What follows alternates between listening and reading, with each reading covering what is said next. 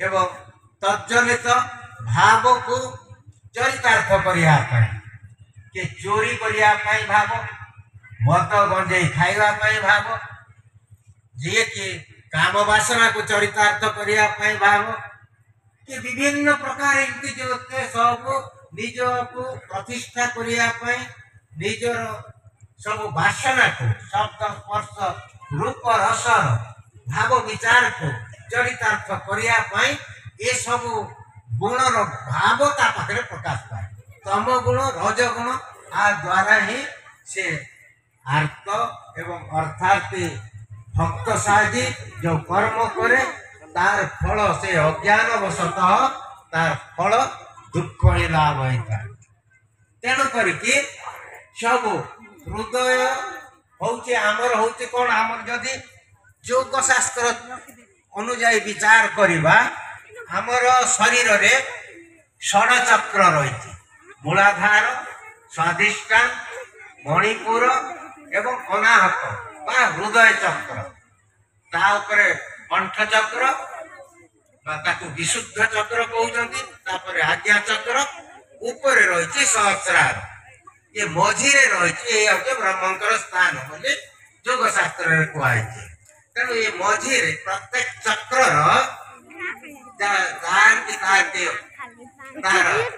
अधिष्ठान करती जी देवादेवी सी सब तांकर शक्ति तांकर क्षमता तांकर भाव आमर हृदय विभिन्न चक्र प्रकाश पाए तेणु हृदय हूँ विष्णुकर स्थान बोली उल्लेख कराई विष्णु आउ लक्ष्मी स्थान विष्णुकर गुण कौन विष्णुकर गुण है कौन सत्व गुण दिव्य गुण दैवी गुण भल गुण पालन करने गुण तेणु से प्रेम गुण प्रेम भाव दया भाव स्नेह भाव सब हृदय जार शुद्ध पवित्र दिव्य से स्वयं परम ब्रह्म परमात्मा प्रतिफलित हुए से प्रतिफलित होके जो भाव सृष्टि हुए तज्जनित से भाव द्वारा साधक भक्त व्यक्ति जो कर्म करे से कर्मर फल आनंददायक होता है से कर्मर फल सुख देता है शांति देता है एवं मुक्ति रास्ता रे अग्रसर हवा पाई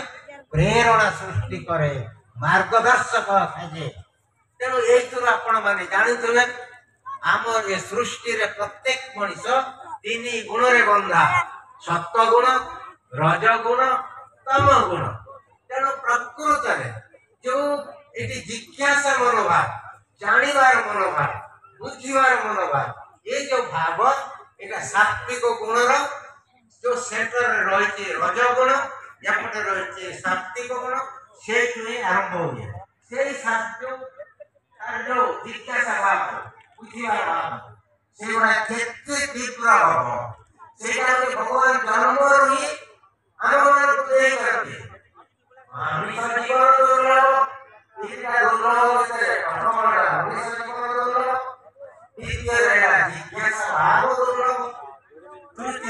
सद्गुरु लाभ तीनोटी जाक आम पाई दुर्लभ मनीष जन्म लक्ष्य है तार मनीष जन्म लाभ कर उद्देश्य पाइबार लाभ होती कौन से निजर स्वरूप को जान